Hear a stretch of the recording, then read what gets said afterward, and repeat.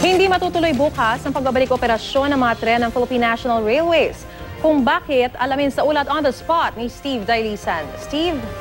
Maris, bukas, June 15 dapat ang nakatakdang pagbabalik operasyon ng Philippine National Railways o PNR matapos nga ang mahigit isang buwan itong pagsasara pero hanggang ngayon, wala pa rin ginaw kung magbabalik serbisyo na ito. Sa Spanish Station kanina ay yung tarpaulin nagsasabing abangan ang pagbabago pa rin ang nakapaskil. Noong nakaraang Webes dapat yung rail inspection, Maris, pero hindi ito natuloy.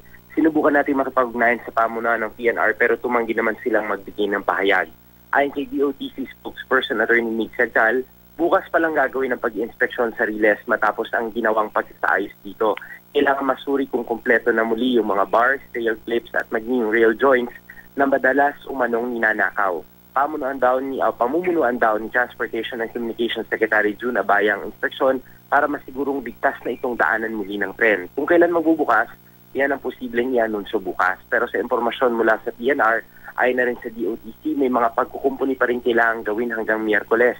Kailangan kasing makakuha ng safety certificate mula sa independent assessor na TV Rainland bago magbalik operasyon.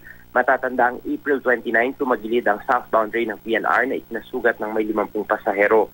Mula nang suspindihin ang operasyon, Marisa, abot sa 800,000 pesos kada araw yung nawawala.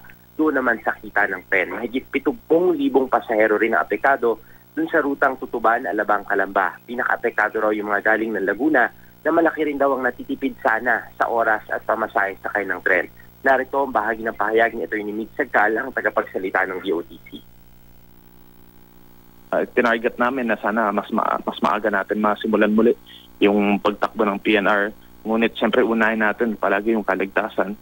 Konting pasensya pa na po at sisiguruhin natin na very soon tatakbo na muli ang PNR na ligtas at wala kayong kailangan intindihin sa inyong safety.